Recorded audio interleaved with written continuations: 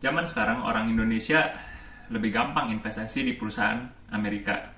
Karena sekarang kita dihadirkan dengan aplikasi seperti GoTrade maupun Peluang. Jadi pilihan investor Indonesia untuk investasi itu semakin banyak. Nah, hari ini gue mencoba untuk mereview salah satu perusahaan publik di Amerika, yaitu Netflix. Tapi sebelum mulai review, yang belum subscribe, boleh untuk subscribe dulu di bawah. Ya, Netflix.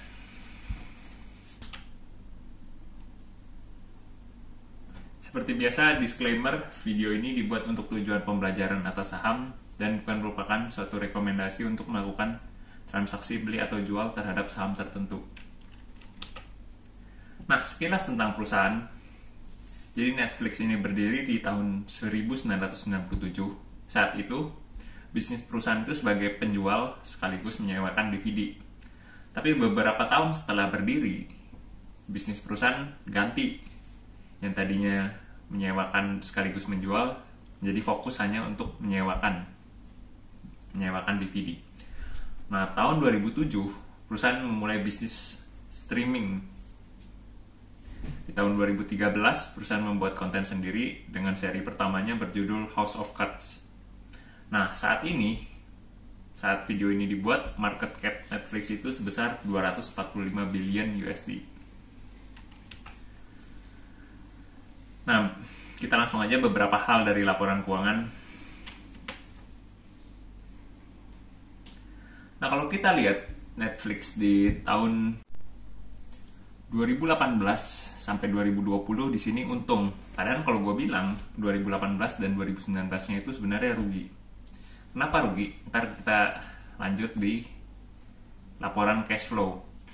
Nah, yang perlu kita perhatikan di sini, ya mungkin ntar gue akan kotakin merah, yaitu net income, revenue, dan cost of revenue-nya.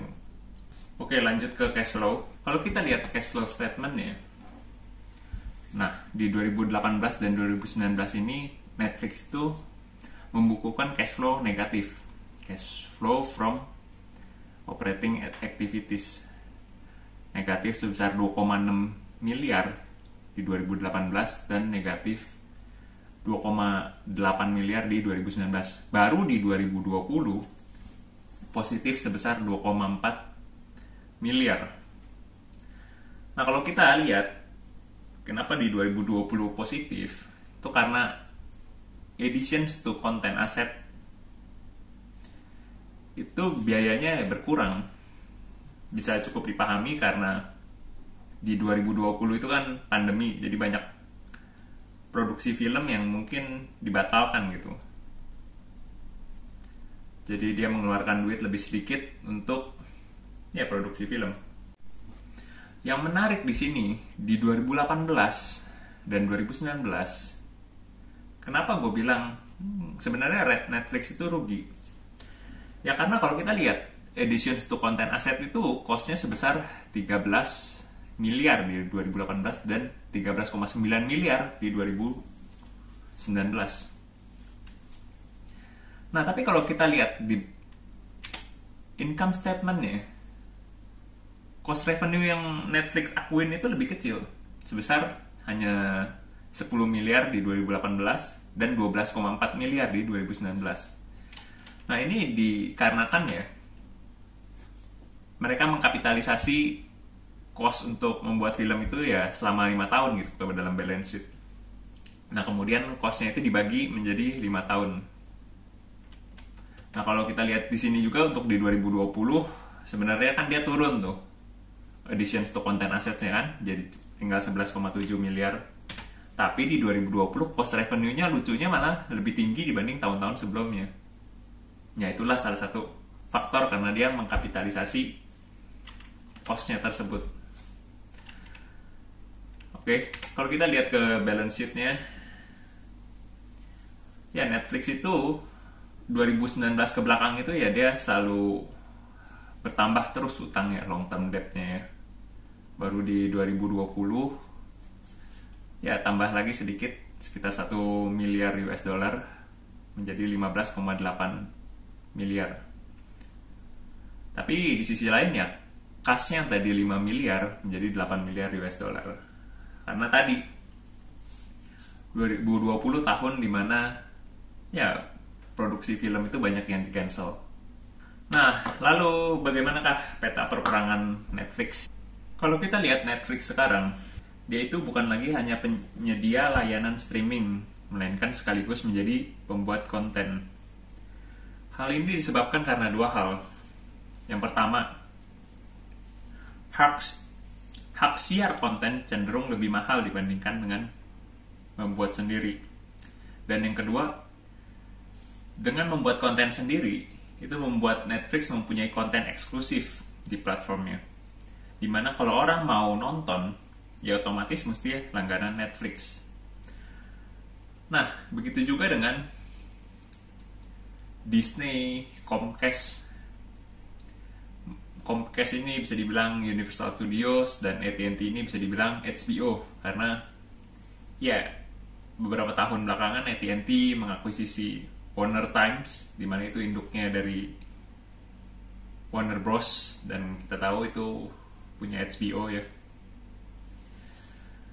Nah, pesaing Netflix ya zaman sekarang ya bisa dibilang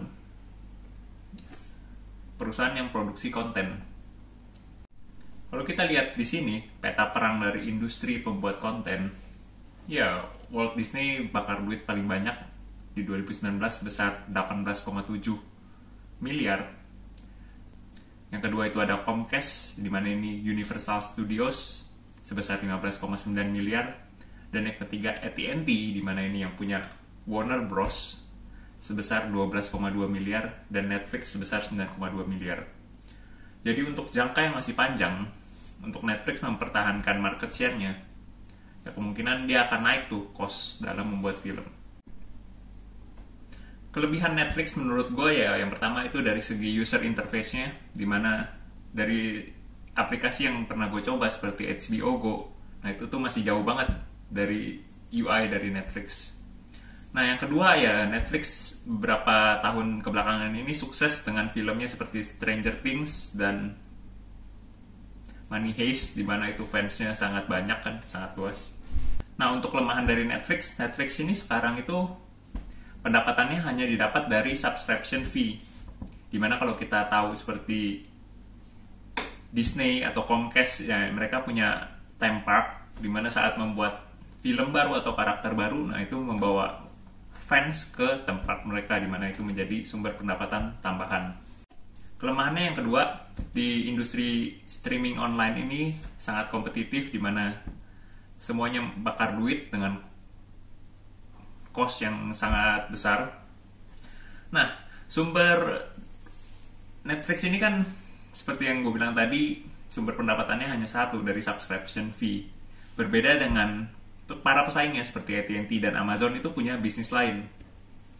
Nah, Netflix untuk membiayai produksi filmnya itu menggunakan utang. Nah, di mana ya utang itu kan memberikan cost tambahan, yaitu beban bunga. Yang membuat Netflix di sini ya mendapat posisi yang sedikit lebih buruk dibanding para pesaingnya. Oke, sekian dulu reviewnya tentang Netflix. Kalau kalian suka dengan video ini, boleh di-share dan like. Dan boleh juga untuk subscribe yang belum subscribe. Sampai jumpa di video selanjutnya. Bye-bye.